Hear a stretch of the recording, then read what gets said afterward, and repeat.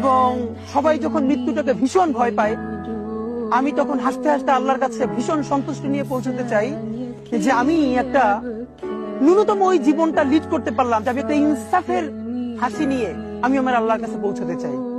সুতরাং আগামী 50 বছর বাঁচলাম, কোন ইম্প্যাক্ট তৈরি হলো না আমার দিয়ে, দেশের জন্য, রাষ্ট্রের জন্য, উম্মার জন্য, জাতির জন্য। কিন্তু আমি ধরেন 5 বছর বাঁচলাম, এটার মধ্য দিয়ে যদি আগামী 50 বছরের ইম্প্যাক্ট লিড করতে পারলাম, যে আমি একটা ইনসাফের হাসি নিয়ে আমি আমার আল্লাহ बात ही क्या जुल्म की औकात ही क्या